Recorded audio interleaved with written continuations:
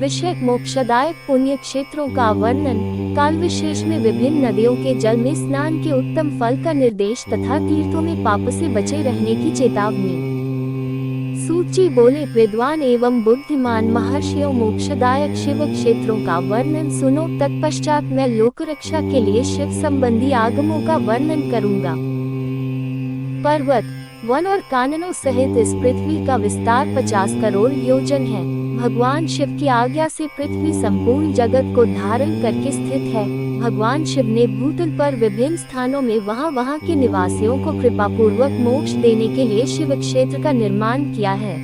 कुछ क्षेत्र ऐसे हैं जिन्हें देवताओं तथा ऋषियों ने अपना वास स्थान बनाकर अनुग्रहित किया है, इसीलिए उनमें तीर्थत्व प्रकट हो गया है। तथा अन्य बहुत से तीर्थ क्षेत्र ऐसे हैं जो लोगों की रक्षा के लिए स्वयं प्रादुर्भूत हुए हैं। तीर्थ और क्षेत्र में जाने पर मनुष्य को सदा स्नान, दान और जप आदि करना चाहिए, अन्यथा वह रोग, दरिद्रता तथा मूर्खता आदि दोषों का भागी होता है। जो मनुष्य इस भारतवर्ष के भीतर मृत्यु को प्राप्त होता है, वह अपने पुण्य के फल से ब्रह्मलोक में वास करके पुण्य क्षय के पश्चात पुनः मनुष्य योनि में ही जन्म लेता है। पापी मनुष्य पाप करके दुर्गति में ही पड़ता है। ब्राह्मणों, पुण्य क्षेत्र में पाप कर्म किया जाए तो वह और भी दृढ़ हो जाता है। अतः पुण्य क्षेत्र में निवास करते समय सूक्ष्म से सूक्ष्म अथवा थोड़ा सा भी पाप न करें। सिंधु और शतद्रु सतलज नदी के तट पर बहुत से पुण्य क्षेत्र हैं। सरस्वती नदी परम पवित्र और 7 मुख वाली कही गई है, अर्थात उसकी 7 धाराएं हैं। विद्वान पुरुष सरस्वती के उन धाराओं के तट पर निवास करे तो वह क्रमशः ब्रह्मपद को पा लेता है। हिमालय पर्वत में निकली हुई पुण्यसलिला गंगा 100 मुख वाली नदी है। उसके तट पर काशी, प्रयाग आदि अनेक पुण्य क्षेत्र हैं। वहाँ मकर राशि के सूर्य होने पर गंगा की तटभूमि पहले से भी अधिक प्रशस्त एवं पुण्यदायक हो जाती है। सोनभद्र नदी की 10 धाराएं हैं। वह बृहस्पति के मकर राशि में आने पर अत्यंत पवित्र तथा अभीष्ट फल देने वाला हो जाता है। उस समय वहां स्नान और उपवास करने से विनायक पद की प्राप्ति होती है। पुण्यसलिला महानदी नर्मदा के 24 मुख्य स्रोत हैं। उसमें स्नान तथा उसके तट पर निवास करने से मनुष्य को वैष्णव पद की प्राप्ति होती है। तमसा के 12 तथा रेवा के 10 मुख हैं। परम पुण्यमयी गोदावरी के 21 मुख बताए गए हैं। वह ब्रह्म हत्या तथा गोवध के पाप का भी नाश करने वाली एवं रुद्रलोक देने वाली है। कृष्णावेणी नदी का जल बड़ा पवित्र है। वह नदी समस्त पापों का नाश करने वाली है। उसके 18 मुख बताए गए हैं तथा वह विष्णुलोक प्रदान करने वाली है। तुंगभद्रा के 10 मुख हैं। वह ब्रह्मलोक देने वाली है। पुण्यसलिला सुवर्ण मुखरी के 9 मुख कहे गए हैं। ब्रह्मलोक से लौटे हुए जीव उसी के तट पर जन्म लेते हैं। सरस्वती नदी, पंपा सरोवर, कन्याकुमारी, अंतरीण तथा शुभकारक श्वेत नदी, ये सभी पुण्य क्षेत्र हैं। इनके तट पर निवास करने से इंद्रलोक की प्राप्ति होती है। सह्य पर्वत से निकली हुई महानदी कावेरी परम पुण्यमयी है। उसके 27 मुख बताए गए हैं। वह संपूर्ण अभीष्ट वस्तुओं को देने वाली है। उसके तट स्वर्गलोक की प्राप्ति कराने वाले तथा ब्रह्मा और विष्णु का पद देने वाले हैं। कावेरी के जो तट शैव क्षेत्र के अंतर्गत हैं, वे अभीष्ट फल देने के साथ ही शिवलोक प्रदान करने वाले भी हैं। नैमिषारण्य तथा बद्रिकाश्रम में सूर्य और बृहस्पति के मेष राशि में आने पर यदि स्नान करे तो उस समय वहाँ के हुए स्नान पूजन आदि को ब्रह्मलोक की प्राप्ति करने वाला जानना चाहिए। सिंधु और कर्क राशि में सूर्य की संक्रांति होने पर सिंधु नदी में किया हुआ स्नान तथा केदार तीर्थ के जल का पान एवं स्नान ज्ञानदायक माना गया है।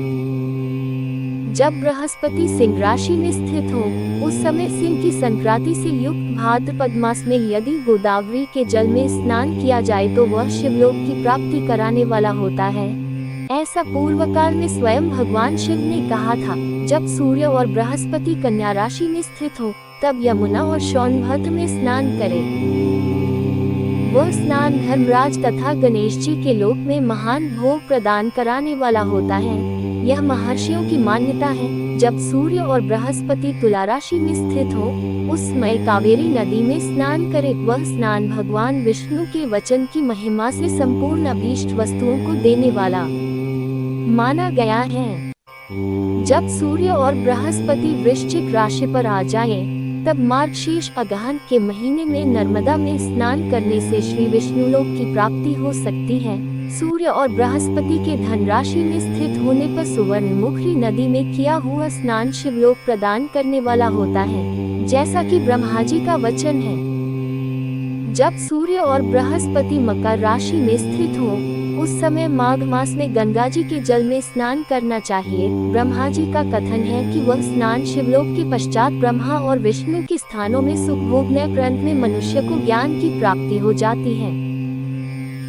माघ मास में तथा सूर्य के कुंभ राशि में स्थित होने पर फाल्गुन मास में गंगा जी के तट पर किया हुआ श्राद्ध, पिंडदान अथवा तिलोदक दान पिता और नाना दोनों कुलों के पितरों की अनेकों पीढ़ियों का उद्धार करने वाला माना गया है। सूर्य और बृहस्पति जब मीन राशि में स्थित हो, तब कृष्णवेणी नदी में किए गए स्नान की ऋषियों ने प्रशंसा की है। उन महीनों में पूर्वोक्त तीर्थों में किया हुआ स्नान इंद्रपद की प्राप्ति कराने वाला होता है। विद्वान पुरुष गंगा अथवा कावेरी नदी का आश्रय लेकर तीर्थवास करे। ऐसा करने से तत्काल किए हुए पाप का निश्चय ही नाश हो जाता है। रुद्रलोक प्रदान करने वाले बहुत से क्षेत्र हैं। ताम्रपर्णी और वेगवती, ये दोनों नदियां ब्रह्मलोक की प्राप्ति रूप फल देने वाली हैं। इन दोनों के तट पर कितने ही सुखदायक क्षेत्र हैं। इन दोनों के मध्य में बहुत से पुण्यप्रद क्षेत्र हैं। वहाँ निवास करने वाला विद्वान पुरुष वैसे फल का भागी होता है। सदाचार, उत्तम वृत्ति तथा सद्भावना के साथ मन में दया भाव रखते हुए विद्वान पुरुष को तीर्थ में निवास करना चाहिए, अन्यथा उसका फल नहीं मिलता। पुण्य क्षेत्र में किया हुआ थोड़ा सा पुण्य भी अनेक प्रकार से वृद्धि को प्राप्त होता है तथा वहाँ किया हुआ छोटा सा पाप भी महान हो जाता है। यदि पुण्य क्षेत्र में रहकर ही जीवन बिताने का निश्चय हो तो उस पुण्य संकल्प से उसका पहले का सारा पाप तत्काल नष्ट हो जाएगा, क्योंकि पुण्य को ऐश्वर्यदायक कहा गया है। ब्राह्मणों तीर्थवास जनित पुण्य कायिक, वाचिक और मानसिक सारे पापों का नाश कर देता है। तीर्थ में किया हुआ मानसिक पाप विक्षेप हो जाता है, वह कई कल्पों तक पीछा नहीं छोड़ता है।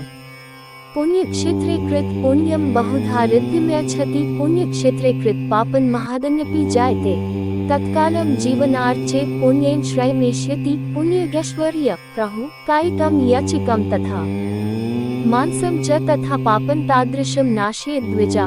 मानसम वज्लाक तुल्य कल्प कल्पानुग तथा शिव पुराण विदेश्वर संहिता 13/36-38।